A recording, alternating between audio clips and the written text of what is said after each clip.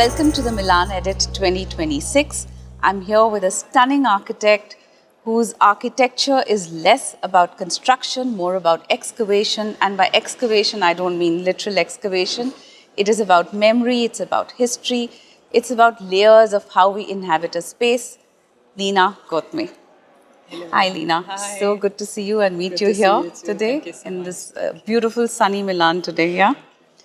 Lina, your philosophy is about archaeology of the future, which is so unique and distinctly you. Could you just explain and touch upon a certain points? Is a way of thinking and of making architecture that grew with me as I was spending my childhood in Beirut in Lebanon. And Beirut is a city, every time someone wants to build a new, you dig in and you find the archaeology of past civilization. Because it has been destroyed and reconstructed and constantly in that situation currently. So I was fascinated to see that ground that really embraces our civilization, the traces of the past, and then at the same time looking at this city that is completely destroyed, I really felt this desire to build and to think of architecture as a way of bringing humanity together and of healing us.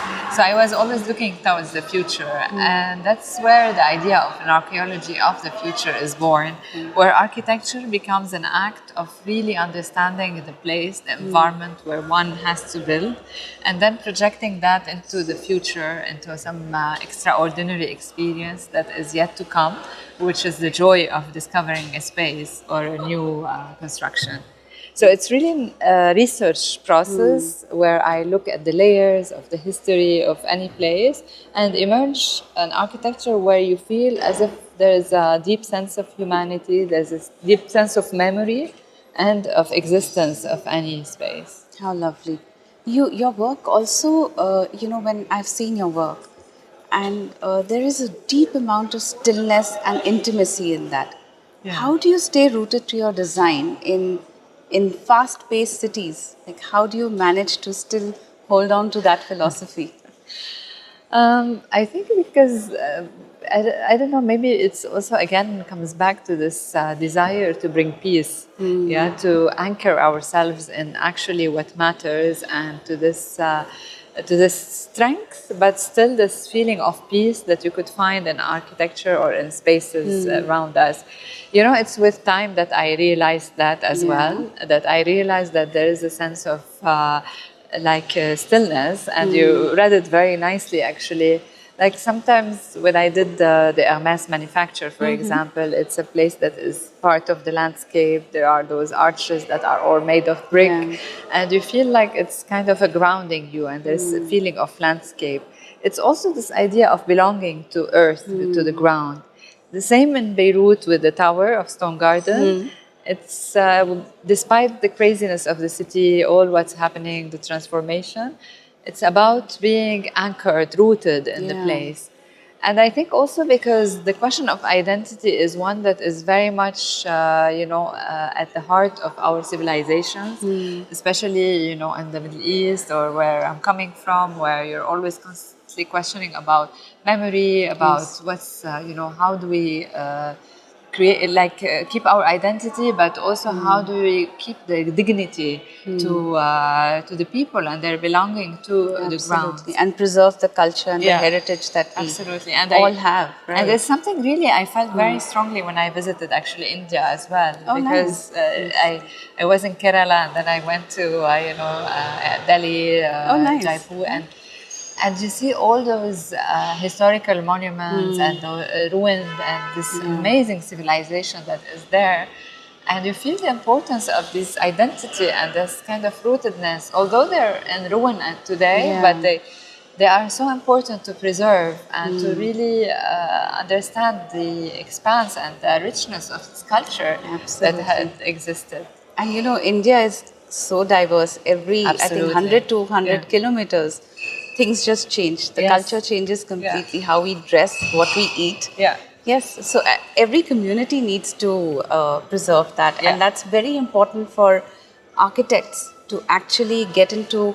I mean, it could be a modern space, but we could still have our culture very much present in that. I think the past decades with modernism and post-war construction, there was a bit of a break with our histories, with our identity. Yes. It's also due to the need of building quickly, and we have discovered material that Yes. allows concrete to build so quickly, and in a way we lost that kind of joy of space and the joy of architecture that anchor us in our environment and in heritage.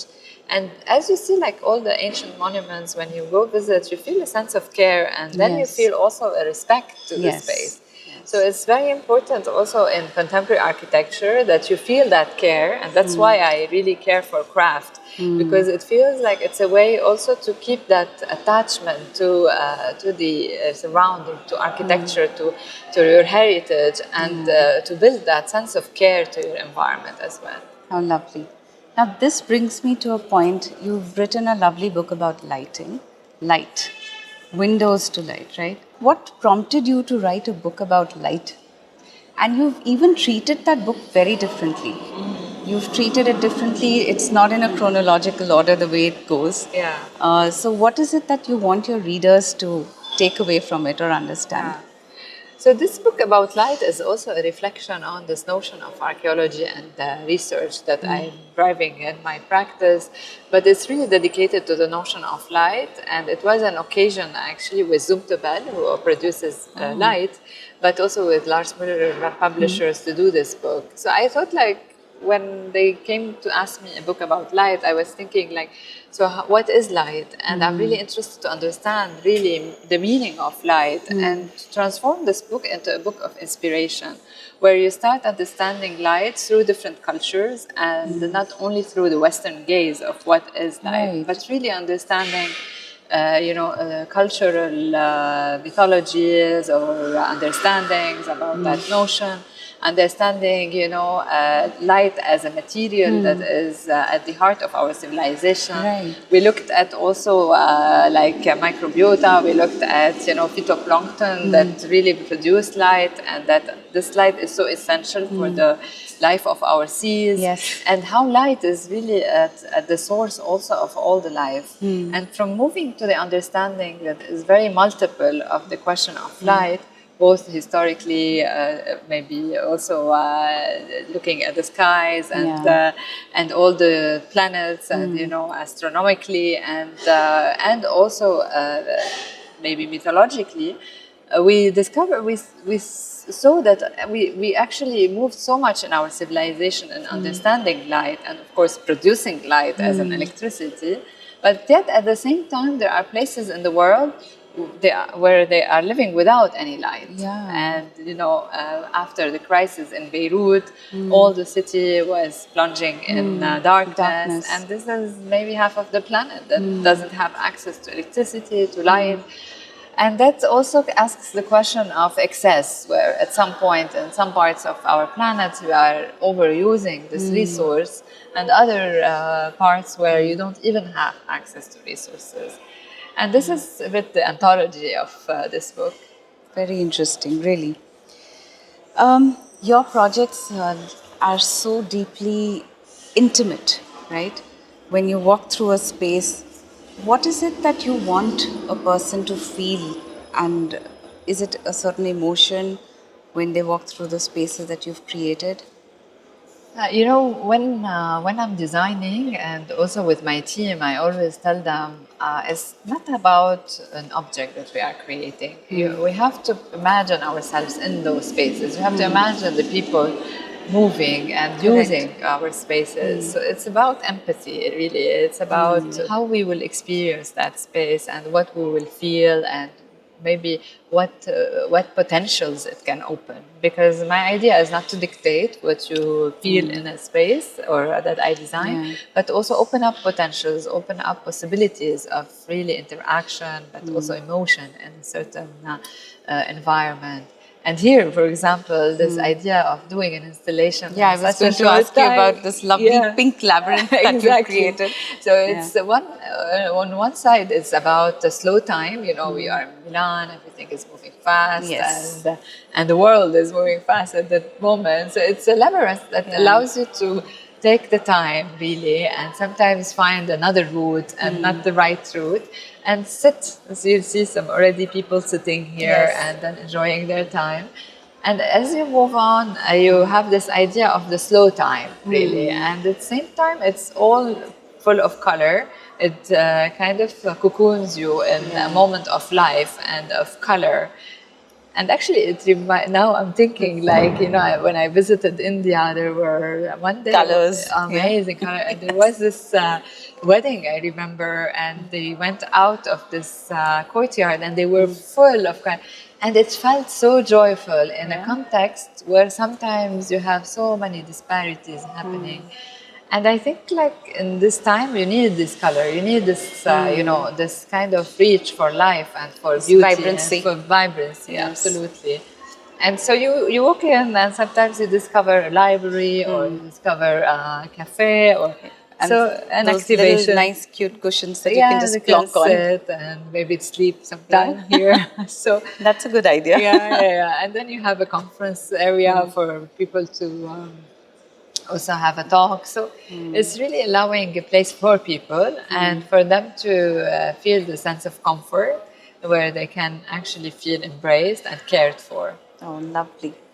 I'm sure people are already here and loving it and enjoying I hope each so. and every I really hope so. corner of it. My final question to you, Lina. You at 26 have had the ability and you had the, you know, what do you say, the opportunity to design the Estonian Museum. You were so young. And what is the message that you want to give to a young architect of today? Yeah. What would you advise them?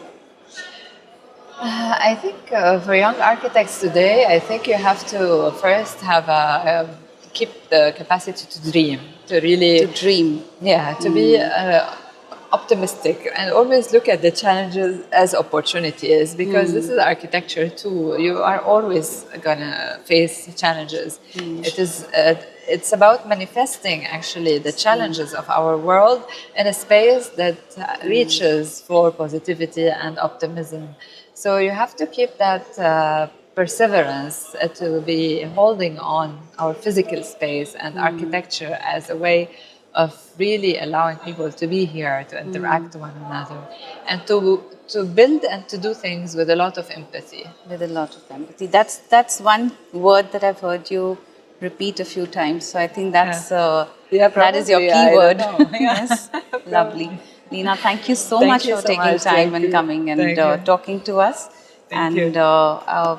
That's one book I would definitely recommend everybody to read. Thank you. Thank you, I'm happy Lina. you enjoyed it. Yes, Thank you. absolutely. Thanks. Thank you.